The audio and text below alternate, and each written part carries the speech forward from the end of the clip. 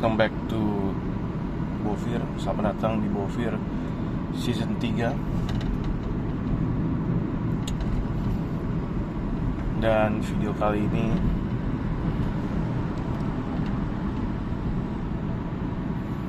gue kepingin ngebahas soal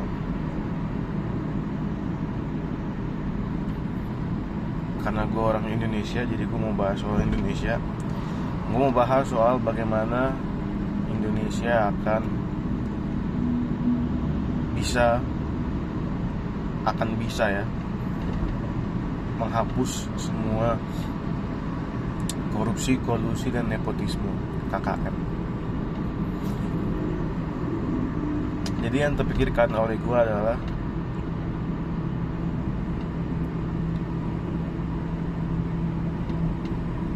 sistem sosial yang berjalan sekarang kan jelek ya. Contoh sederhana aja ya, kalau lagi berhenti di lampu merah pasti masih ada aja yang nerobos. Kalau lagi macet pasti masih ada aja yang naik ke trotoar. Kalau lagi males membuang sampah, pasti ada aja yang membuang sampah sembarangan. Kalau mau dapat kerjaan, pasti ada aja yang pakai koneksi orang dalam atau bayar. Kalau ada pengurus pegawai gitu ya, mungkin kelurahan kayak apa, kecamatan kayak, atau RT kayak, atau kepala desa kayak, pasti ada aja yang pengen korupsi, pengen menang kepilih dengan cara nyogok orang. Bukan nyogok sih, serangan fajar. Ini gue membahas dari level masyarakatnya yang biasa-biasa aja gitu ya. Ya kita, ya lu yang jadi warga Indonesia tiap hari kerja ya kan. Ya itu, gue membahas di level itu. Gue belum bahas di level-level pejabat dan segala macamnya.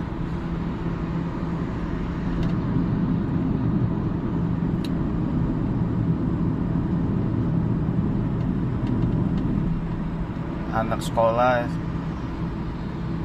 mau ngerjain tugas paling nyontek gitu kan, atau ngecek di Google, kopasnya di Google gitu ya.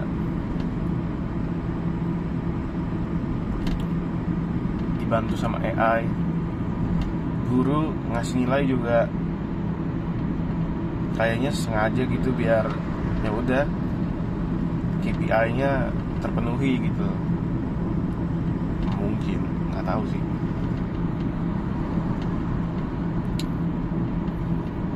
Maksudnya gue tuh gini loh, sistem sosial sekarang tuh ya, kalau lu perhatiin itu masih banyak yang jelek coy, yang tidak merefleksikan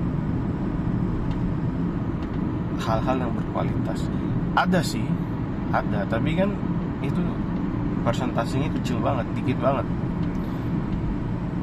Hanya berada di tempat-tempat yang ya bisa dibilang tanda kutip elit gitu, tempat-tempat yang mahal. Di tempat-tempat yang mahal, tempat-tempat yang elit, mereka kan sistem sosialnya sudah tertata dengan rapi, kejujuran, integritas, yang pasti nggak ada KKN gitu ya, kedisiplinan. Ya sekolah-sekolah gede lah, sekolah-sekolah gede yang dimana mereka mengedepankan meritokrasi.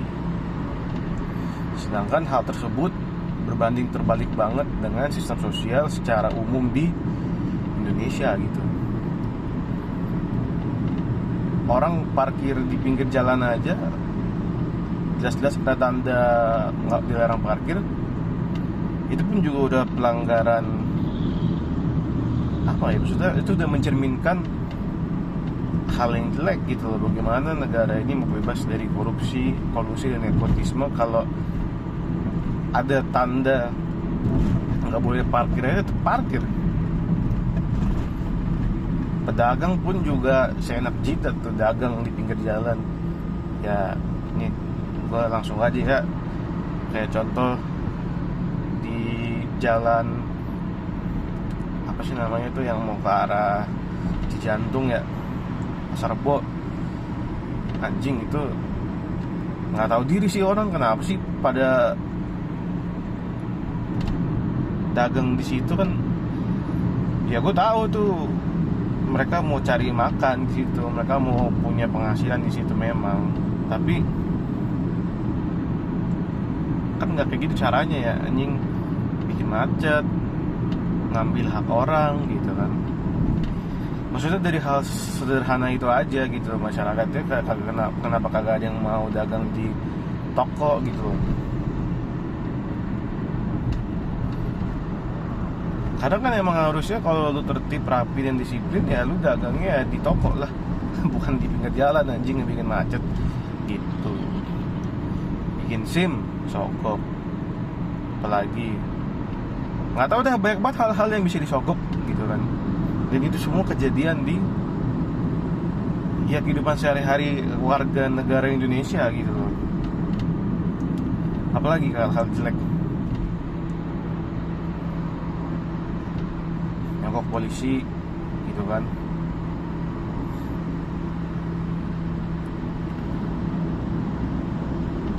Ormas-ormas, selama ada duit yang bisa dikasih ke ormas, ke jalan itu ormas ya kan. Mau dia mau kayak apa kayak gusur rumah kayak kasihan tuh anjing nenek-nenek itu yang digusur anjing gara-gara udah dibayar ormasnya kan.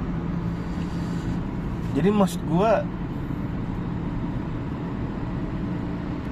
ya gimana, nggak usah heran yang di atasnya itu ya, pejabat negara, pejabat publik ya, dinas-dinas, pemda, nggak heran kalau mereka juga korupsi. Orang rakyat itu juga jelek, udah jelek, prestasi akademisnya kurang lagi. Ini gue bukan maksudnya mau ngata-ngatain kalian semua kalau gue lebih pintar dari kalian, yang enggak. Tapi kan ada datanya tuh. Ya meskipun gue nggak tahu datanya itu juga mungkin salah juga.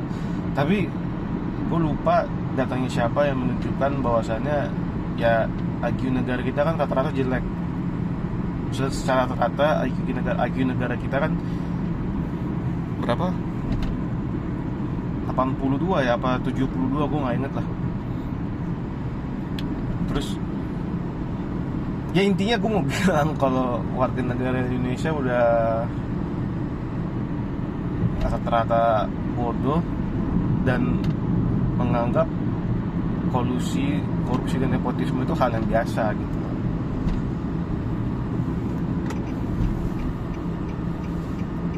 Nah tapi kan topik pembahasan dari video ini adalah gue bilang bahwasannya Indonesia akan bisa bebas dari korupsi dan nepotisme. Nah caranya gimana? Ya kan? Menurut gue nggak ada cara yang istimewa, spesial atau program khusus ya. Nanti bakal dengan sendirinya itu secara natural akan berubah itu susunan atau karakteristik lah ya, karakteristik dari sistem sosial nanti. Gue berbicara mungkin 50 tahun lagi lah. Jadi buat kalian yang gen alpha gitu ya, kalau kalian nanti punya cucu tuh, gue rasa nanti di periode itu akan berubah secara natural gitu. Nggak ada lagi nanti yang akan mau melakukan KKN. Pertanyaannya, kok bisa? Gimana caranya?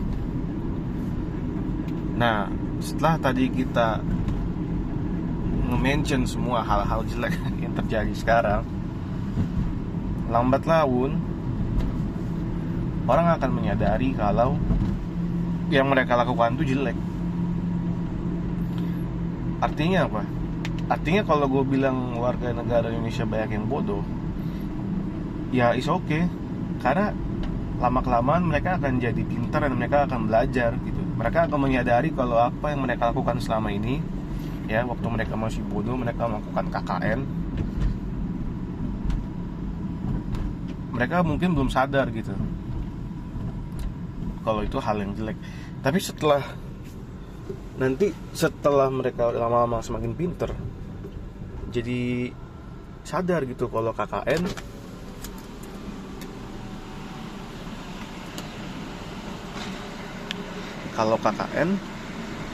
itu adalah hal yang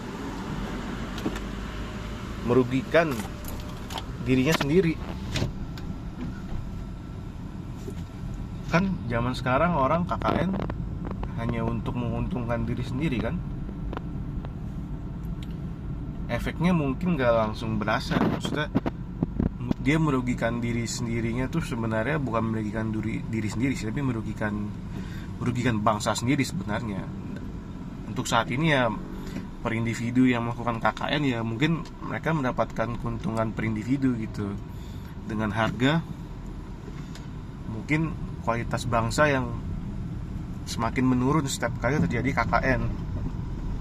Nah, menurut gue ntar anak-anak Gen Z itu yang akan menikmati kejelekannya dari hasil KKN.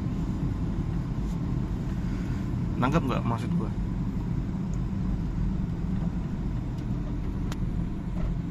Misalkan nih yang milenial sama yang Gen Z banyak yang KKN gitu kan. Yang milenial Gen Z itu dipermudah hidupnya gitu, mulus-mulus aja karena ya nyaman gitu. Karena ya mereka masih bisa KKN gitu kan, masih bisa KKN. Untuk para pelaku KKN mungkin mereka merasakan keuntungan gitu, enak gitu. Tapi mereka mungkin gak menyadari kalau dampaknya itu ke kualitas bangsa gitu. Kayak contoh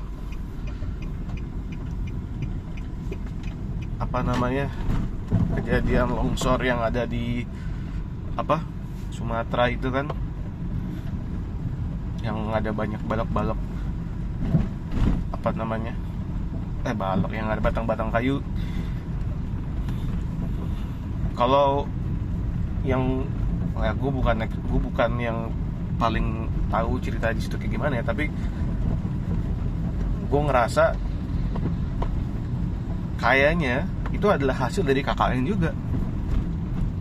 Contoh, nggak boleh bikin usaha tanam pohon di situ, tetap dilakuin, ya kan? Udah dilarang, udah ada peraturannya, itu hutan lindung gitu, nggak boleh di situ, nggak boleh tambang-tambang, nggak boleh tebang-tebang pohon, nggak boleh, pokoknya itu tempat dilindungi gitu. Tapi tetap aja masih dilakukan gitu, ya kan?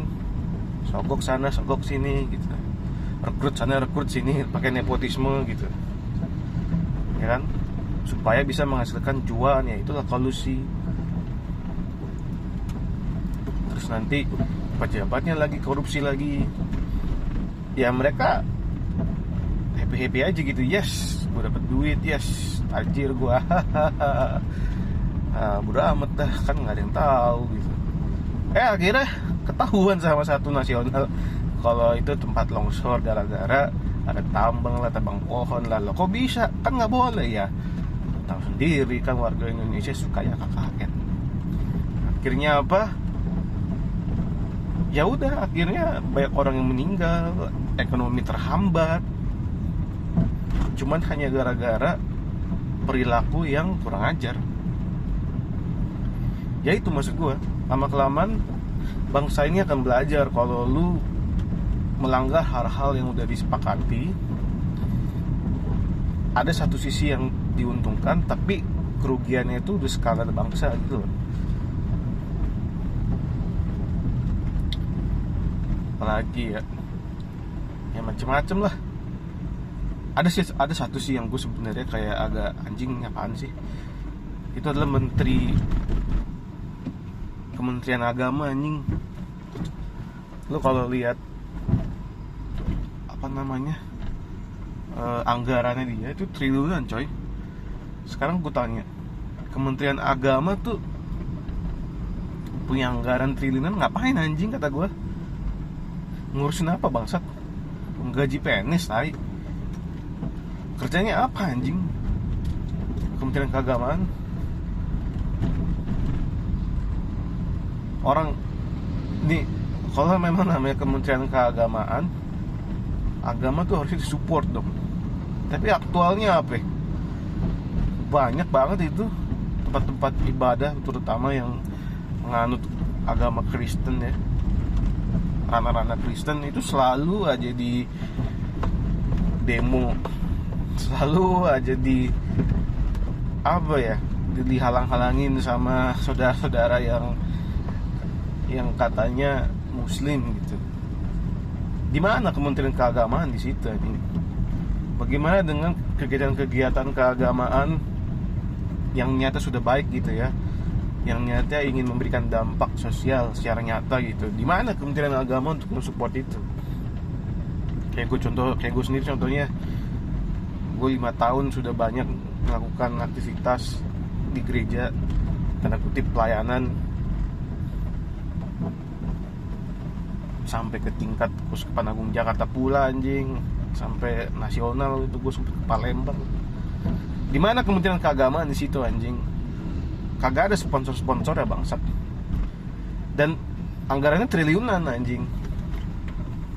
Ya udah, triliunan lari ke Kementerian Keagamaan. Kalau bukan buat korupsi, apalagi?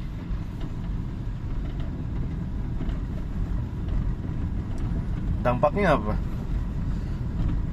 Lama kelamaan orang yang tadinya percaya banget sama agama, sampai ada Kementerian Keagamaan, menyadari kalau anjing, Kementerian Keagamaan kagak jelas deh, kagak rasional. Ya akhirnya mereka akan memiliki cara sendiri untuk beragama, nggak kayak seperti biasanya kan. Kan kalau kayak biasanya ya orang-orang yang taat beragama, tanda kutip taat beragama ya, dan backingannya adalah orang-orang besar yang megang duit korupsian, yang dimana duit korupsiannya itu dihujanin ke orang-orang yang tanda kutip taat agama. Notabene cuma biar bisa dapat duit doang, makanya taat agama kan, yang dimana nggak ada hasilnya sebenarnya, nggak ada dampak hasil nyatanya gitu. Akhirnya nanti para anak-anaknya, cucu-cucunya Gen Alpha tuh ya, mereka akan menyadari kalau ini kayaknya nggak perlu ada Kementerian Keagamaan deh, karena cuma dipakai buat korupsi doang. Emang beragama itu harus kayak gimana sih? Kan setiap orang punya hak untuk beragama, kayaknya nggak perlu sampai ke kementerian deh, karena ada dampak nyata, yaitu uangnya lari kemana gitu. Lari ke Kementerian Keagamaan, uangnya buat apa?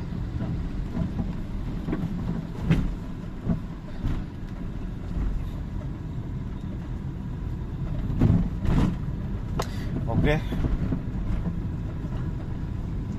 Ini video ini kayak lari kemana-mana ya. Nyenggol sana nyenggol sini video ini. Intinya, apapun yang terjadi saat ini, ya udah, biarlah terjadi, karena gue yakin nanti 50 tahun ke depan, setelah 50 tahun ya, jadi di angkatan-angkatannya ya Gen Alpha yang punya cucu gitu ya, ya itu akan seenggaknya akan mulai membangun sistem sosial baru di Indonesia, dan akhirnya Indonesia pun jadi negara yang benar-benar sesuai dengan impian ya para pendiri bangsa ini gitu. Berakhlak, berbudi pekerti, intelektual ya kan, berintegritas, dan tidak ada KKN. Dan apa yang bisa lu pelajari dari menonton video ini? Apa yang bisa lu dapatkan? Yang bisa lu lakukan adalah ya lu survive aja,